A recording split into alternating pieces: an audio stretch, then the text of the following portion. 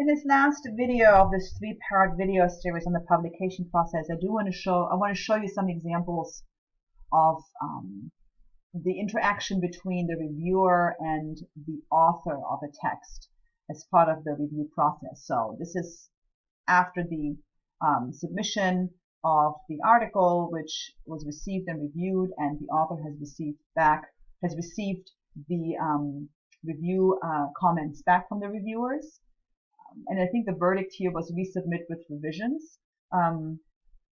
So it wasn't like a guaranteed publication, but the editor said, listen, do some of these revisions and we'll take a look at it again. So it was a positive review. And just FYI, this review was an open review, so the authors knew who the reviewers were and vice versa. And my colleague, Henry Silverman, in the graduate school, he's a graduate school faculty for research ethics, but his primary appointment is in the School of Medicine, as medical faculty there. And he has a lot of experience with research ethics. And the article that we're going to look at is on privacy issues around in the field of research. It's a fairly abstract article, so and it was based on, I believe, some focus groups. So it's the revision process was actually quite extensive, as he explained to me. So make sure that you have taken a look at the handout that goes with this video before you continue further. It'll make it a little easier to follow some of my explanations on what things were changed. It's tough to do that out of context. I didn't want you to read the whole manuscript. You already have enough to do, and especially long video lectures this week. But if you take a quick look at the handout, if you haven't done so yet, pause here, take a look at the handout, have it next to you somewhere. It's a little easier sometimes to follow than on the screen. And if you have it next to you, just continue with the presentation. So quick callback to the previous video. Remember, the reviewer is sort of always right. Again, respond to every comment and show your willingness to address feedback. And Henry's responses to the reviewers really show how he has engaged with every single one of their comments. So here's the original, this comes from an introduction that actually became a lot longer. I think the introduction almost, no, I want to say doubled in length, but it certainly added a paragraph or two, and especially in this area. So here's the original. In other words, the most that an assurance of confidentiality can achieve is the protection of only one kind of privacy, the privacy of information. Privacy is a broader term, including in addition information privacy, all these different types of privacies. While informational privacy is certainly important, protecting the privacy of research participants should encompass these different types of privacy. Because the critique here is that most definitions of privacy tends to focus on the privacy of information, right? And there are more aspects to that. And if you notice, there's one citation here, which is a little short. Plus, even looking at this, not knowing, you don't know what the reviewer's comments are quite yet, but if you just look at this, you'll see that there's probably some work that needs to be done here. And so reviewer 1 commented on that. Similarly, the assertion that clinical research ethics standards relating to privacy are met with assurances of confidentiality and extend only to data are unsubstantiated and inaccurate. And I kind of want to pause here before continuing. So when I talked to Henry about this, he said he really had a tough time with that particular judgment of reviewer, which can come across as a little harsh, right? Because it's like unsubstantiated and accurate. Those are things you don't want to hear about your work. So that took, I think, a little moment of just taking some deep breaths to then respond to it. And overall, the comments of reviewer 1 were pretty, they were right on target in most cases. And they were, very polite and professional. I have seen reviews where, where reviewers have really said some things about the work that they reviewed that I thought was, you can be critical and critique the work and the context, but they were almost like personal attacks, and that is uncalled for. And that's unfortunately sometimes the byproduct of a blind review process where nobody knows each other, just like on Facebook, right? Where people on Facebook and on Twitter, I feel, are willing to say loads of things to other people that they would never dare say in person. And I recently, just on a side note, saw this little meme that said, if you can't say what you say on Facebook to other people, to your partner and child at night at home, don't say it. So reviewers should sometimes listen to that as well. But in this open review process, which this journal followed, stuff like that happens less likely, I think. So anyway, so this was the terminology that I think was a little tough to swallow for the authors. And here comes more of the critique for this paragraph. And then I'm going to show you how the authors engaged with that and actually pushed back on some of the critique that was given. They basically said, thank you for your comments, but here is more information why we actually made that judgment. So the author then, the reviewer here continues, there gives an example, the Canadian policy standard, the Tri-Council policy statement on privacy, long quote from that, which is actually very kind, right? They're trying to support their point and give the author something to work with. They also suggest that it would be useful to know what standards are in place in both Morocco and Egypt, which are the area of focus of this particular article. References to local REC standards and other international standards of Helsinki good clinical practice, and so on and so on. So they're making some good suggestions about beefing up the intro here, which the authors did. So let me show you the response of the authors. We have referenced international standards, including CIMS, and conclude that in these documents the concept of privacy is either vague or merely stated without further specification of privacy issues other than information privacy. So here they're pushing back. Here they're taking the comment, right, saying, hey, okay, good point. We've added those pieces and referenced some more of international standards, and you're going to see in a moment, I'll show you how they've done that. But they're also saying that, you know what, we evaluated these, and we still feel they're vague around issues other than information privacy. They also directly engage with the reviewer on, we appreciate, on suggestions that the reviewer made. And here it is. We appreciate the reviewer's mention of the Tri-Council policy statement, the Canadian one, and agree the statement is robust in regard to these issues. However, this policy only refers to protections involved with informational privacy. And then they say you see lines 112 to 114, which is the line, the manuscript is always numbered. The lines are always numbered. Makes it easier for the review process to see where the changes were made. You'll see that in a couple of examples. So again, here they're also pushing back, saying we've included all these things, and this was a great suggestion. Thank you very much. However, we still stand by our evaluation that informational privacy is the only element or the only aspect that's really clearly identified. So let me show you then the revision in text. So here is a completely reworked paragraph. You can see it already by a lot more citations, right? It starts off, literature that examined aspects of privacy and research frequently demonstrates a predominant focus on informational privacy, right? Great topic sentence. Here are some examples. There are also some added paragraphs that I didn't include in here because it just would have gotten too long, where they do cite the guideline for good clinical practice, India's declaration, the Declaration of Helsinki, and these two were suggested by reviewer one, right? And then also something from CIOMS, another institute, I forgot what the acronym stands for, around privacy and aspects of privacy and specific information of privacy. So there's one or two more paragraphs, and I want to show you the last paragraph. And let me, give me 1 second, let me clear the side here of all the pen markings so you can see this a bit more clearer. Again, we use the response.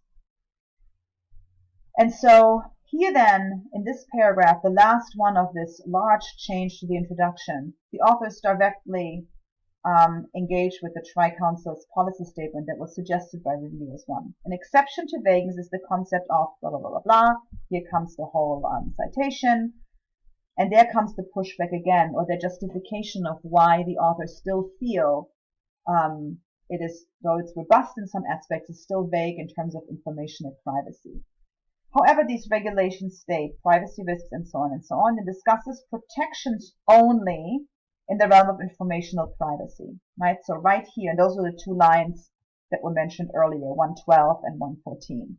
So you can't see this here, but this is how they were numbered.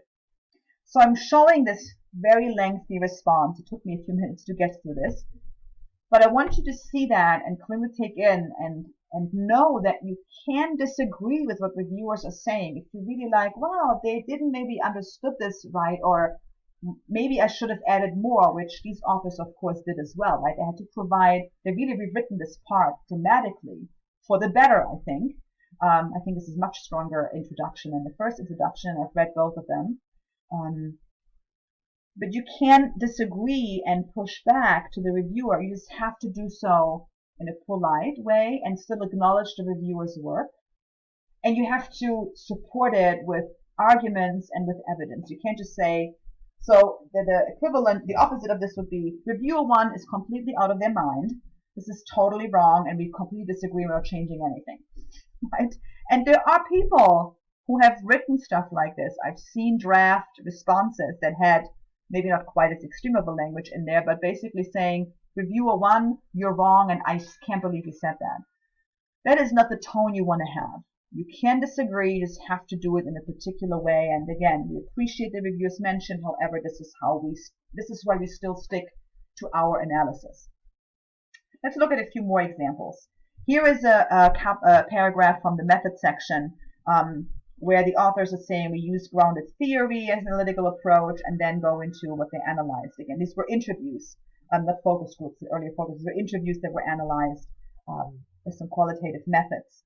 And so reviewer one comment was qualitative methods are appropriate, right? And that's totally appropriate because it's analysis of interviews. However, it is not clear what type of qualitative inquiry analysis has been used.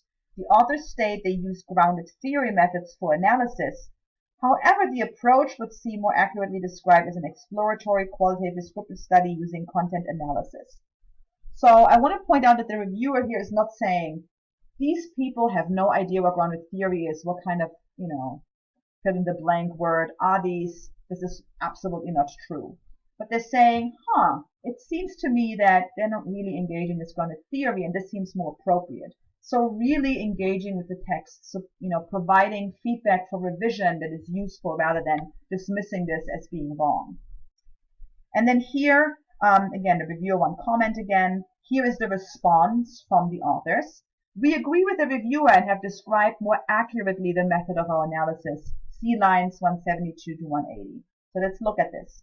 We analyzed focus group data via a constant comparison approach, and then there were some changes done here as well.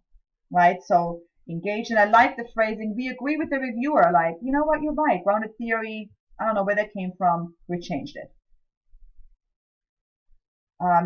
Here is a reviewer one comment. I'm not showing you the original. I just want to show you the interaction. So the results section is extremely long with a large amount of raw data, quotes presented, right, which is part of an interview study can happen. Some content appears beyond the stated scope as the study purpose is limited to perspectives around privacy in clinical research. It would be useful to know whether participants' comments, whether participants' comments are direct responses to questions versus where themes have arisen in the context of specific questions. Valid concerns. Response. We agree with reviewer with this point and have deleted several quotes, including those regarding privacy in clinical care. So, yes, you're right, we've done this. We do find it useful to keep the quotes regarding the respondents' perspectives of patients' viewpoints regarding differences in privacy protections between clinical care and research and reasons why patients are more willing to waive their privacy rights in clinical care compared with this research setting, long sentence, as these differences have implications for recruitment efforts. So, partially they address this issue or they make the changes, but the authors haven't made all the changes and again explain why, right? They also add more information why they have, let me put it this way, the other critique or the other response the reviewer had is like, gee, where were these comments to direct questions versus themes that have arisen out of specific questions? And here is more of that explanation. We have provided more details regarding our interview guide. We would like to point out that our questions were open-ended as opposed to being specific. Hence, the themes emerged from the responses to these open-ended questions rather than in the context of specific questions. And in text, the authors actually explain some more of that. So again, they didn't change their study design suddenly. They just provided more context to clarify this. Another comment here. And just, I just want to show you again the language and the tone here, because that's the tone that I mean by be polite, polite, right? So lines so and so, relevance not clear. If this was not mentioned by the focus group participants, it is relevant social science. It might not be pertinent to the study and could possibly be deleted. And here is the response, which I love. The reviewer makes an excellent point, and we have deleted this section. Right? It can be very simple. Sometimes you're like, you know what? You're totally right. Let's take it out. Another example here, I'm sorry about the control button here, that somehow got copied in this. So lines, summary of findings from other research. The participants in the focus group from the study reference all of these concerns. How do they relate to what was found in the study? Similar issues with lines, so and so. So again, some like, hey, there's some issues here. How does this result? And why does this phrase the way it is? And the response again, we agree with this comment and have deleted many of the findings from other research. Very simple. Just delete it. Here are the two comments the reviewer 2 gave, and this person, so the reviewer 1 probably gave about 3 or 4 pages of comments. Reviewer 2, this is it. This is all you see here. It's all from reviewer 2. And I love the first sentence. It's an interesting manuscript and is in good shape. 2 remaining concerns. Little backstory to this. The other reviewer 1, actually made a comment about language issues. Like, oh, this should be reviewed by a native speaker, which is a bizarre comment, and you want to have more than just a regular native speaker review your manuscript with somebody who has experience in scientific writing, ideally. But that's just my personal comment. But the first reviewer, my point here is that reviewer 1 actually said something about the quality of the writing as being not the greatest, which reviewer 2 didn't obviously at all feel that way. So it goes to show that reviewers can have very different readings of texts. But here are the 2 points that this reviewer makes that are similar to some of the points that the first reviewer makes as well. That's why I included them, and I wanted to show the response to it as well. So it says here, I think the method of analysis is underdescribed, and I dare to challenge the claim that this analysis has anything to do with the grounded theory, at least in any sense resembling the original one. For what can be read out of the paper, the method is rather manifest content analysis. However, the steps of analysis could, and I think, should be described in some greater detail. So this is a significant critique, right? It's basically saying, you don't really do grounded theory. Why the heck are you including it in much more polite language, right? Because it says, and I dare to challenge. And I really like that phrasing. And I wish that all reviewers would phrase it that way. And most reviewers do. And I guess in an open review process, people are, as I said earlier, probably more polite. And again, the response by the authors, we agree with the reviewer on this point and have described our analysis in greater detail. We have also deleted the reference to grounded theory. We looked at the paragraph before. So similar critique, same response. Thank you, we agree, and this is how we done it. And then the second comment was on the length of the paper. It is, of course, part an editorial concern, but readability does normally not increase with the numbers of pages. Which is a little bit of a snarky comment, but it's, a little bit snarky. It's like, okay, thanks. And so that we agree with the reviewer and have deleted many of the respondents' quotes and have deleted several unnecessary sections in the discussion section. So, yes, sure, fine, we've done it. The comments are pretty general, right? If you compare this with reviewer 1, they were much more detailed and really engaging with the text. And probably in the grand scheme of things, more helpful than this reviewer. So when you get reviewer comments back, and they're both reviewers written a lot, it might seem like it's overwhelming. In many cases, they will probably overlap and have similar concerns. Some pick up on some things more readily than others, but they probably overlap a lot.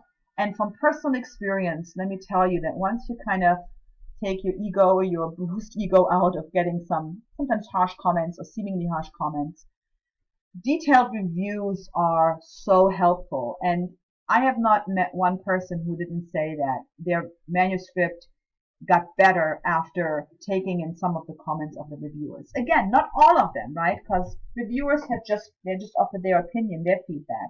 You can push back.